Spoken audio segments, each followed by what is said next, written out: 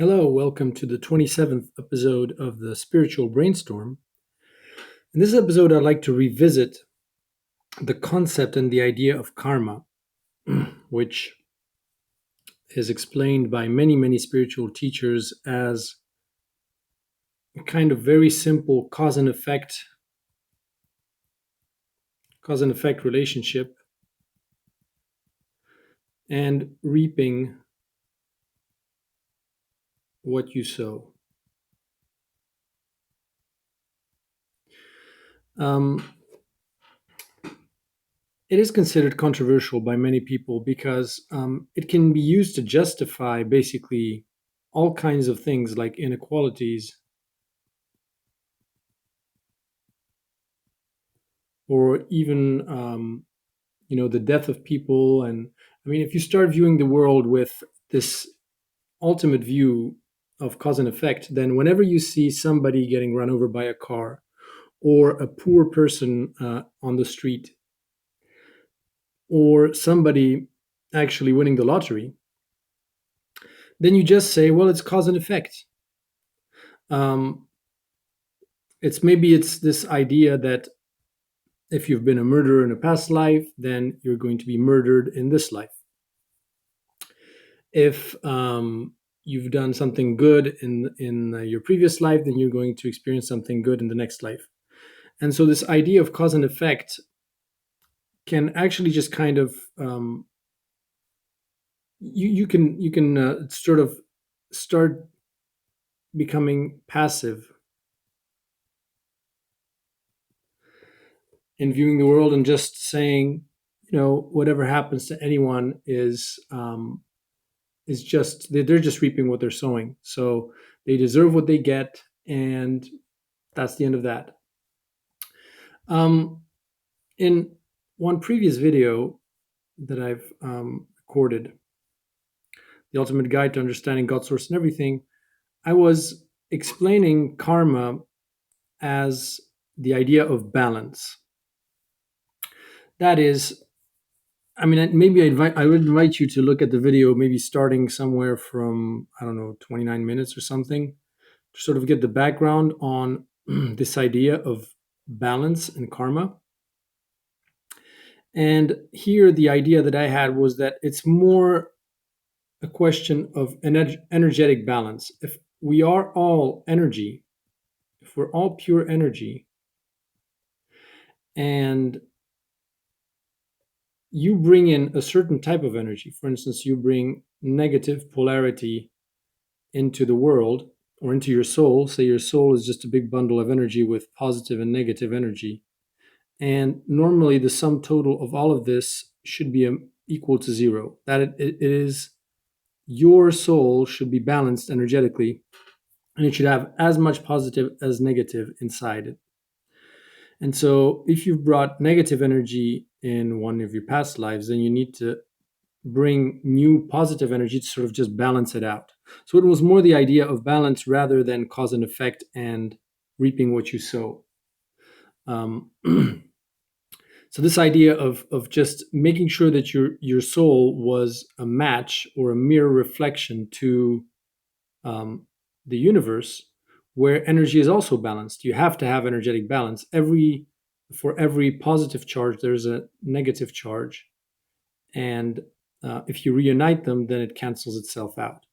And that's how you explain. That's how physicists explain that you can get something out of nothing.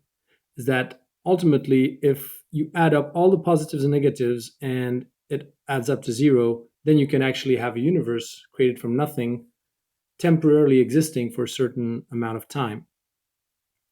Now, I've since departed even more from this idea.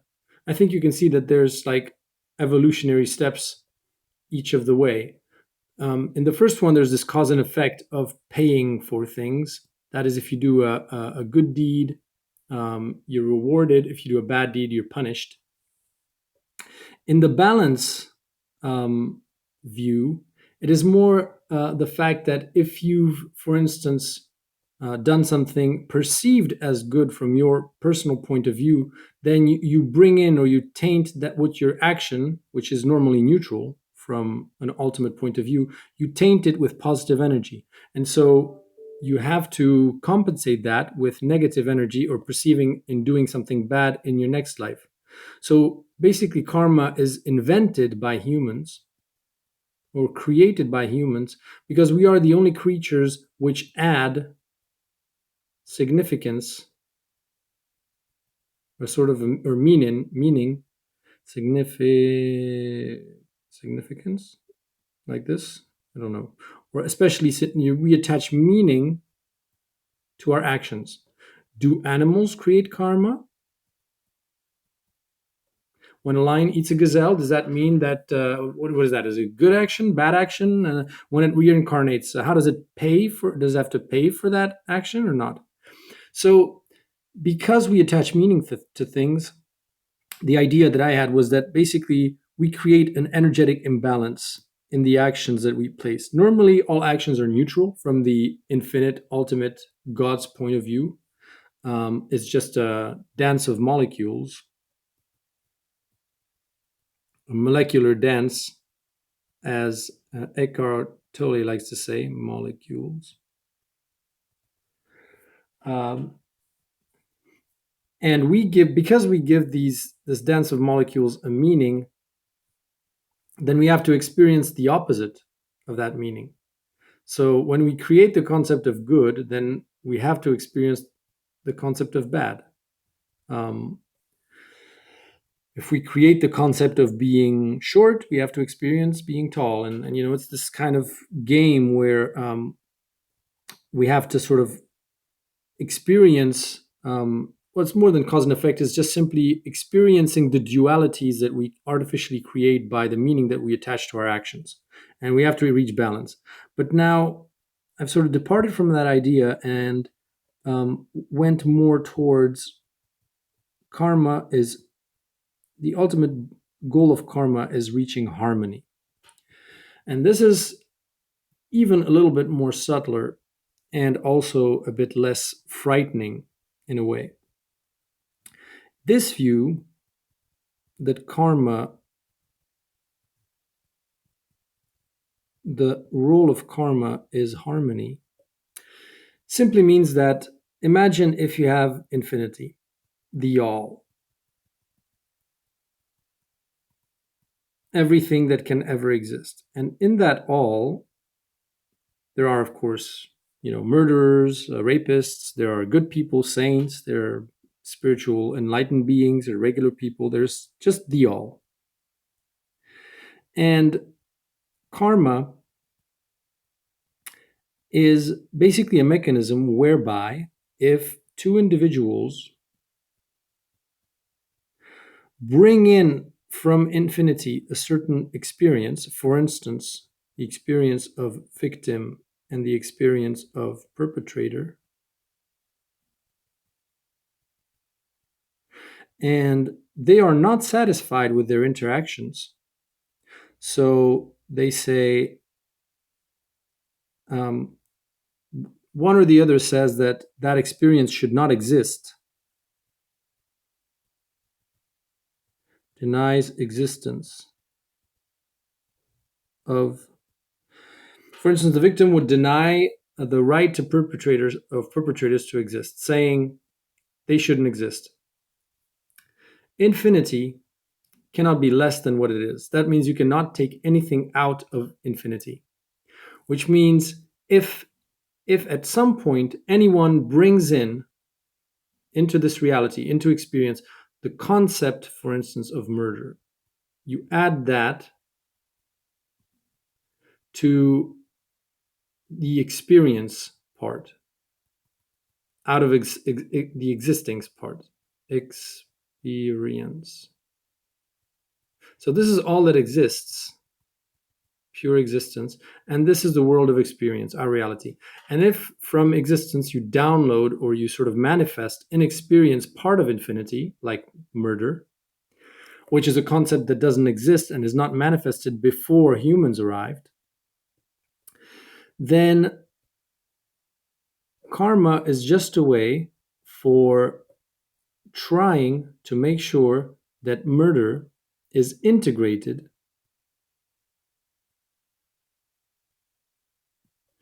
into the experience in a harmonious way. Now, don't get me wrong. This does not mean that well, I mean, it could be that way. For instance, one way to end karma is if the victims and perpetrator basically switch side in another life, and so this one is now the perpetrator, and this one is now the victim. And because this person now sees um, the reality from the other person's perspective, it the soul kind of, the soul which is sits above all of this, now balances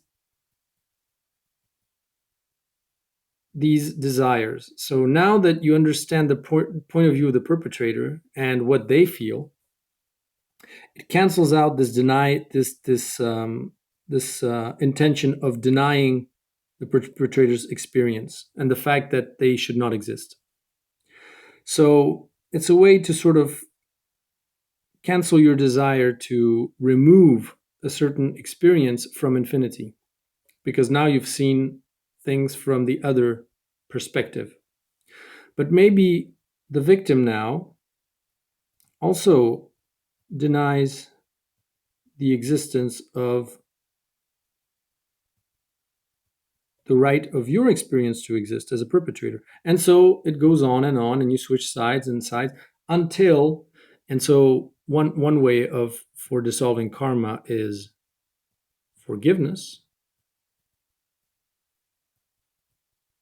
Forgiveness, which is not forgiveness of the other, but forgiveness of to yourself for having to live through these continuous experiences where you switch sides between being the victim and the perpetrator, so that you acknowledge that both of these experiences have the right to exist, and you sort of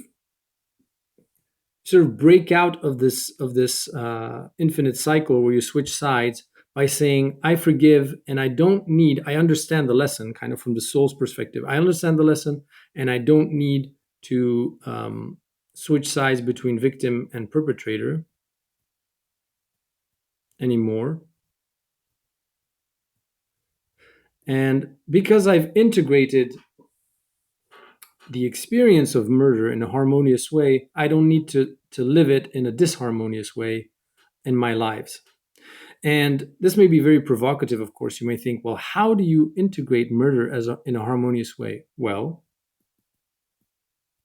video games, laser tag. There are all kinds of ways to sort of integrate this idea of murder in a harmonious way by a kind of symbolic murder.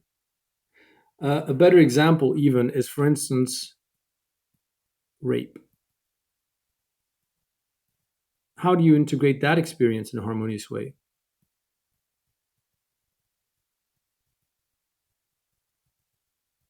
Sadomasochist clubs, or sadomasochists, I don't know how you spell it or pronounce it. But sadomasochist clubs, where it's consensual adults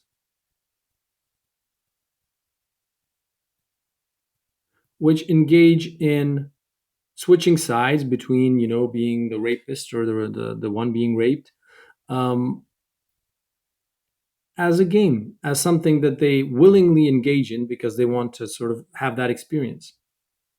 But at the end of the experience, there isn't one that says, oh, I hate the other and they should be just canceled out of existence and I don't want to see them ever again. So karma is just infinity's way to sort of forcefully arrive at a kind of harmony of coexistence of all that it is, of every part of itself with itself. This is a more general point, but you could say that the entire point, the entire purpose of infinity is to make sure that all that it is can peacefully coexist with itself.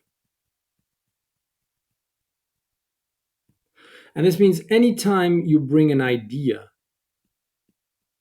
a new idea into the world, such as the good versus bad,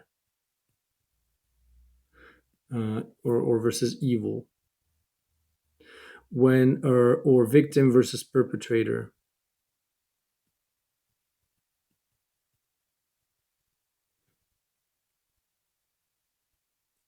now that you've brought that idea into the experience, into reality, karma is just a way for you to integrate duality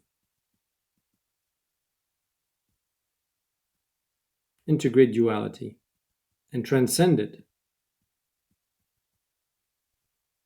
by having you live through alternatively, in alternating ways, the different roles or the different perspectives or the different points of view, opposing views that you've created, or for instance, making you experience what you in a previous life you wanted to cancel out of existence, so that all your past selves and your future selves and everybody can sort of forgive each other for mutually.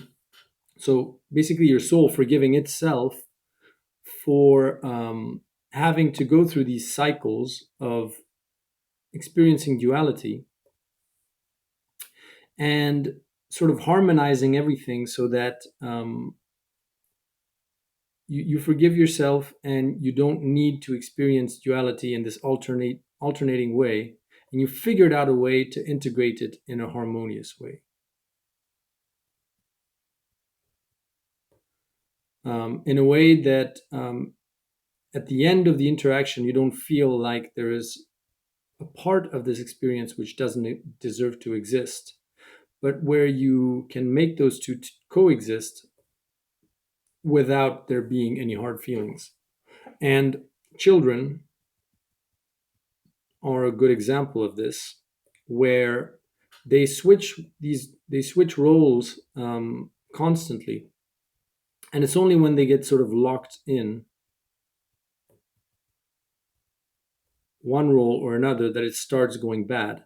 But they exchange roles all the time. Every time they, if you look at them play with other kids, sometimes they're the victim, sometimes they're the perpetrator, sometimes they say that the other is the worst person in the world, and then they're their best friends, and they switch sides like this in a very flowing or natural manner. So they change, they experience things in a very flowing and